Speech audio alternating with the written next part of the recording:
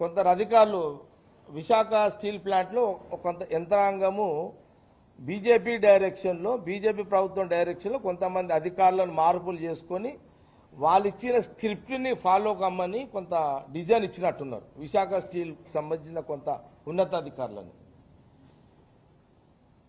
ఒక వ్యక్తి అన్నాడంట, ఈ విశాఖ నష్టాలలో ఉంది, ఈ నష్టాలలో అంటే ఈ నష్టాలలో ఉన్నదనేది నష్టాలలో ఉన్నప్పుడు కూడా ఉమ్మడి రాష్ట్రంలో ఉన్నప్పుడు యూపీఏ గవర్నమెంట్ సోనియా గాంధీ రాహుల్ గాంధీ గారు అనేక సందర్భాల్లో 5,000 కోట్లు 6,000 కోట్లు 15,000 కోట్లు ఆదుకున్నటువంటి చరిత్ర గతంలో కాంగ్రెస్ ప్రభుత్వం ఉంది, గతంలో ఉండే.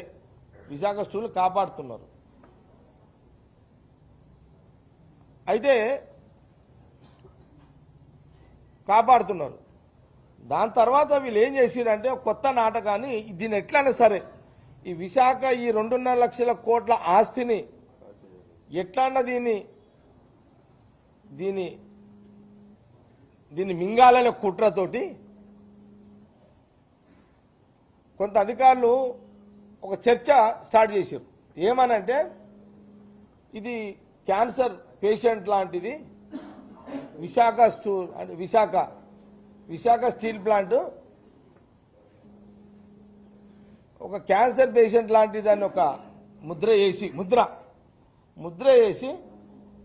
ఇది చనిపోతుంది కాబట్టి దీనికి ట్రీట్మెంట్ అవసరం లేదు, దీన్ని ఎట్లా చనిపోయేదే అనేది ఒక వ్యవస్థ అందులో కుట్ర స్టార్ట్ చేసింది. మనము జనరల్గా మనం చూస్తుంటాం, మనం అనేక మందిని క్యాన్సర్ పేషెంట్లను చూస్తుంటాం సమాజంలో. అనుకోకుండా ఎవరిళ్ళైనా సరే క్యాన్సర్ పేషెంట్లు ఉంటే మనం చంపుకుంటామండి. ఒక పేదవాడు నెలకు 10,000 జీతం వచ్చే ఒక పేదవాడు కూడా అనుకోలేని పరిస్థితుల్లో ఆ కుటుంబంలో ఎవరికైనా భర్తకో భార్యకో తల్లికో తండ్రికో క్యాన్సర్ పేషెంట్ అయితే లక్షల ఖర్చుతో కూడుకున్న వ్యాధి, 10,000 జీతగాడు కూడా 50 లక్షలు కోటి రూపాయలు అప్పులు వేసి ఆ కుటుంబంలో ఆ పేషెంట్ను బతుకుతాడు అనే ఆశతో బతికించడానికి ప్రయత్నం చేసే ఒక ఇంగిత జ్ఞానము కూడా బీజేపీ ప్రభుత్వానికి లేకపోవడం దురదృష్టకరం. సహజంగా మీరు ఆలోచన చేద్దాం. మనం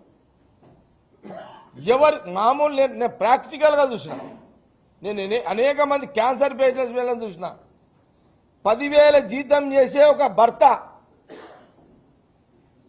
క్యాన్సర్ పేషెంట్ వస్తే భార్య 10,000 జీతానికి పోయి భర్తకు ఊరి మీద పడి అప్పులు చేసి 20 లక్షలు 30 లక్షలు అప్పులు చేసి తల్లిదండ్రులు భార్య ఆ పేషెంట్ బతికించుకుందాం ఒక ఆశతో ఒక భార్య, ఆ కొడుకు బతకాలని ఒక తల్లి, బతకాలని ఒక తండ్రి, ఒక కుటుంబము తిన్న తిండి పెయ్యికి ఇంకా పరిస్థితులలో వాళ్ళందరూ ఆ భర్తని కొడుకునిగా కాపాడుకోవడానికి 10,000 జీతంతో జీవిస్తున్న కుటుంబం కూడా 4 ఏళ్ళు 5 ఏళ్ళు అప్పులు చేసి ఆ తల్లి ఆ కొడుకుని ఆ భార్య ఆ భర్తను కాపాడుకునే ప్రయత్నం చేసి అలాంటి జ్ఞానము ఒక పేదవాడికి ఉందే. ఈ జ్ఞానం కూడా ఒక బీజేపీ ప్రభుత్వానికి ప్రధానమంత్రికి మోడీకి లేదా? ఇంత షేమ్. ఈ జ్ఞానం కూడా మీ చంద్రబాబు నాయుడికి వైఎస్ఆర్కి మీ పవన్ కళ్యాణ్ లేకపోవడం దురదృష్టకరం. ఇది దురదృష్టకరం. ఆంధ్రప్రదేశ్ ప్రజలారా, ఇది దురదృష్టకరం.